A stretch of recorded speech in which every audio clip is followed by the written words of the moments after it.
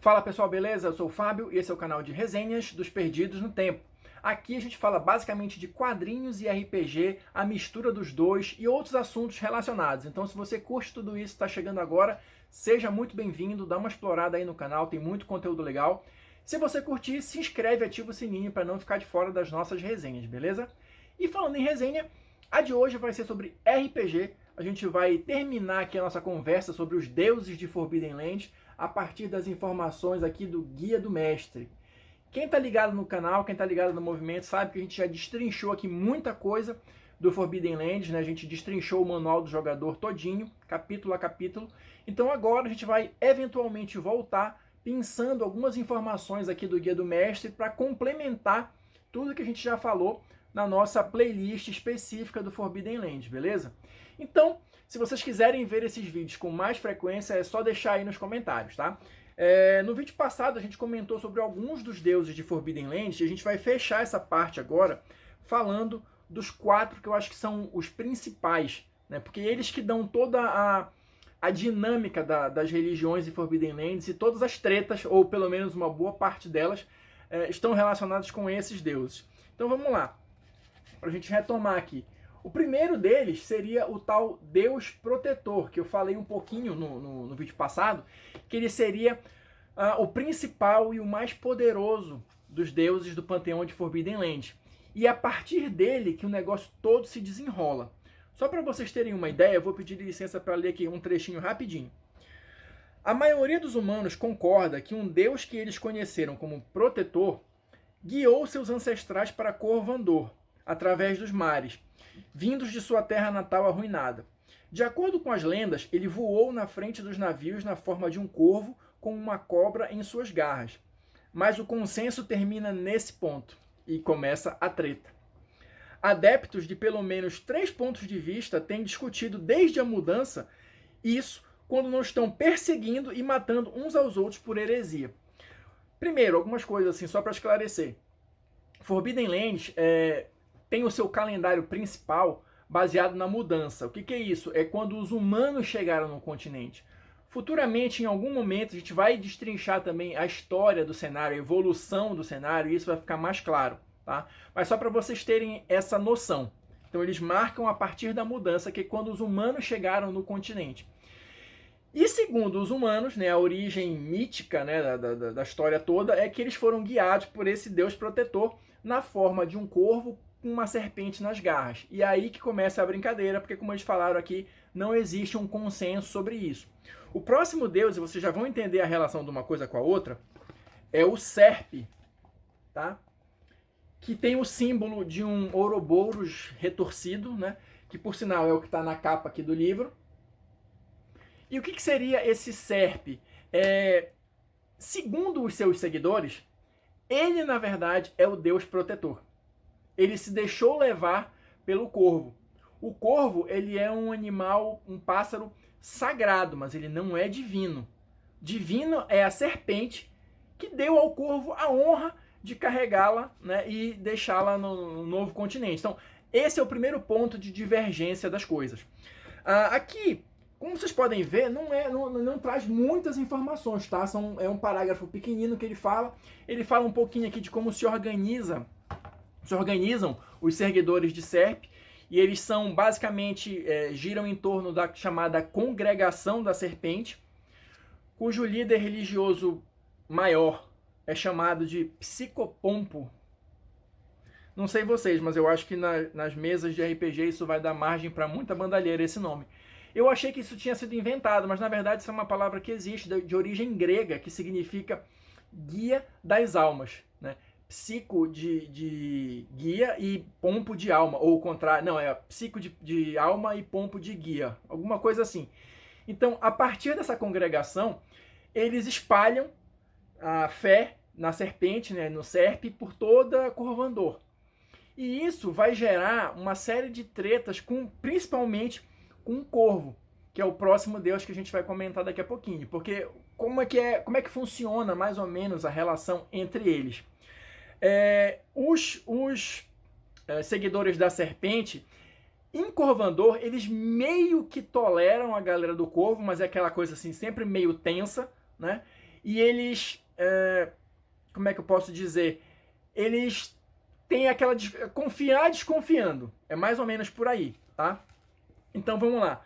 O corvo, que seria o outro lado da moeda, né? Vamos colocar dessa forma, olha só. Corvo. O símbolo dele é esse, mas conforme está dito aqui no livro, é o símbolo também que está no manual do jogador. Tá? Então a gente tem aqui corvo e serpe, né? Que são os dois principais. E o que a gente tem para dizer sobre o corvo? Olha só. O corvo, deixa eu ler um trechinho aqui para vocês. De acordo com a Igreja do Corvo, era claramente o corvo o ser divino. A serpente da fertilidade que ele carregava era a mãe das serpentes e também dos vermes que preparam o solo para a presença humana. Ou seja, segundo os adoradores do corvo, o corvo que era o Deus, ele só levou a serpente ali meio que para preparar o terreno. E essa é a principal divisão, né, de religião nas Forbidden Lands. Essas diferentes interpretações que vão gerar todas as tretas do cenário. Por quê? O corvo, ele geralmente ele é muito respeitado, não só pelos humanos que o seguem, mas também pelos elfos, pelas crias élficas, né? Como eu falei ainda agora, eles têm uma relação em Corvandor meio tensa ali com a congregação da serpente. E os seguidores do corvo, eles geralmente são curandeiros e às vezes até metamorfos, que vagam aí pelas terras proibidas e tal, distribuindo a palavra. E assim, eles combatem, eles são um dos principais combatentes da Irmandade Enferrujada, que não sei se vocês lembram, eu falei lá no início das nossas conversas sobre Forbidden Lands, que são alguns dos grandes vilões, é uma das grandes forças opositoras dos jogadores. Eu falei do histórico deles, já não vou repetir aqui. Então é mais ou menos essa a pegada dos corvos. E eles são amigos, próximos, né, dos seguidores da deusa Torrente, que eu comentei no vídeo passado também. Porque uma das subdivisões dos adoradores do corvo acredita que a deusa Torrente é a esposa do corvo, que é o deus protetor, o deus principal, né? Um pouco complicado, como todas as questões religiosas são, né? Então, enfim, para a gente fechar aqui as informações sobre o corvo, é interessante a gente falar dessas subdivisões. Olha, então a seita do corvo, a religião do corvo, ela vai ser dividida entre as irmãs do corvo, que são bruxas, na verdade, e que nas Forbidden Lands elas são, na verdade, o cerne da religião tá em torno delas ali, tá? Mas a gente tem uma outra divisão dentro dos adoradores do corvo, que são justamente os ceifadores ou asas negras.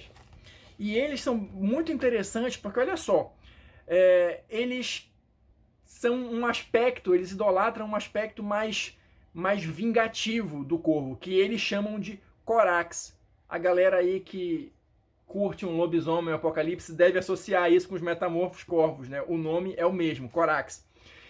E olha só como é interessante. Os ceifadores são um culto apocalíptico que saiu da Igreja do Corvo durante a Quarta Guerra do Amieiro, 300 anos atrás. Eles idolatram o corvo como um carniceiro e o chamam de Corax.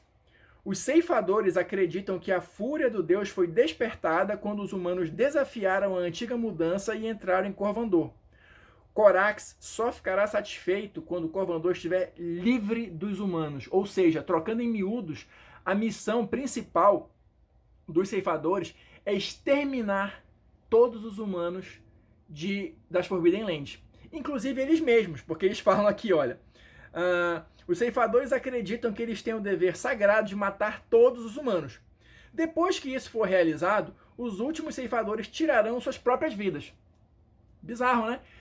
Só que assim, eles colocam isso como um plano a longo prazo. Então é possível, segundo o livro coloca aqui, que os ceifadores se aliem até um grupo de jogadores, por exemplo, com o objetivo de matar mais do que eles conseguiriam matar sozinhos, entendeu? Então assim, eles às vezes... arrasam vilas, né? Enfim, a missão deles é essa, exterminar todos os humanos, porque segundo eles é isso que Corax pede, né? E a paz só vai ser encontrada a partir disso. Coisas interessantes para se usar numa mesa. E para a gente fechar aqui a parte dos deuses, a gente vai ter Ferrugem e M. Ferrugem e M, na verdade, eles são como se fossem outras visões corruptelas, vamos colocar assim, né? Outros segmentos a partir da crença de Serpe e do Corvo. Porque olha só, deixa eu ler um pedacinho para vocês para tentar esclarecer. De acordo com a Irmandade Enferrujada, o corvo que guiou a humanidade até Corvandor era feito de ferro e a serpente de madeira, ou seja, já aumentaram a história aí, né? Presente para a humanidade, para que estes pudessem fazer ferramentas e armas e assim dominarem o mundo. Ou seja, o corvo e a serpente seriam feitos de metal, né, de ferrugem e madeira. Então, por conta disso, na verdade, quem seriam os bambambãs seriam Ferrugem e M. Aqui está a representação deles, né? Então, Ferrugem é isso mesmo, né? E a M é feita sempre de madeira. Então, as representações deles são sempre assim. E olha só, segundo a visão dessa galera, e especialmente da Irmandade Enferrujada, o Ferrugem equivaleria ao Deus protetor, aquele Deus mais poderoso lá, aquele maior do panteão. E a M seria a sua esposa. Ou seja, no final das contas, a gente tem vários grupos diferentes falando, querendo puxar a brasa para si. Não, o Deus protetor é o corvo. Não, o Deus protetor na verdade é a serpente. Não, vocês estão enganados. O Deus protetor na verdade é o ferrugem. Eu achei interessante isso porque assim, apesar de parecer, entre aspas, que estão falando a mesma coisa com nomes diferentes, geralmente alguns conflitos religiosos seguem mais ou menos por essa mesma linha. É você querer dizer que a sua fé, que a sua divindade é a mais poderosa ou é superior à do outro. Então eu acho que nesse aspecto ficou bem representada aqui em Forbidden Land essa questão dos deuses e do panteão. E eu acho interessante também porque assim, não são muitos. Então, às vezes, você tem trocentos deuses e você não consegue utilizar isso direito. Então, aqui eu acho que eles foram bem enxutos e eu acho que isso favorece para você conseguir explorar eles na mesa, né, e representar bem cada um deles e as suas respectivas fés, ou os seus seguidores, enfim, seus cultos, como quiserem chamar. Só para a gente fechar aqui, uma coisa interessante para falar sobre o Ferrugem e a M é porque, assim, eles não são bonzinhos, vamos colocar dessa forma, né?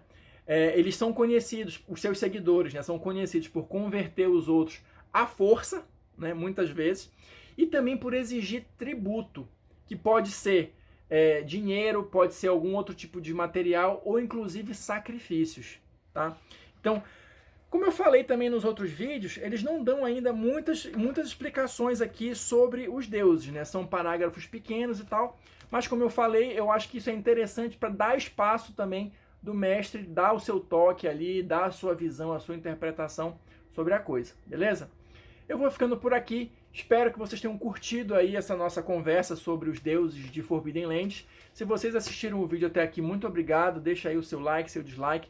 Não esquece de deixar o seu comentário, a sua sugestão, se você quer que a gente acelere aí os vídeos de Forbidden Lands, tá? A gente pode falar sobre as ascendências, né? Mais explicações sobre as ascendências, e a gente pode também mergulhar na história do cenário, que é uma história muito bacana e muito complexa. Então, deixa aí nos comentários e a gente se vê numa próxima resenha.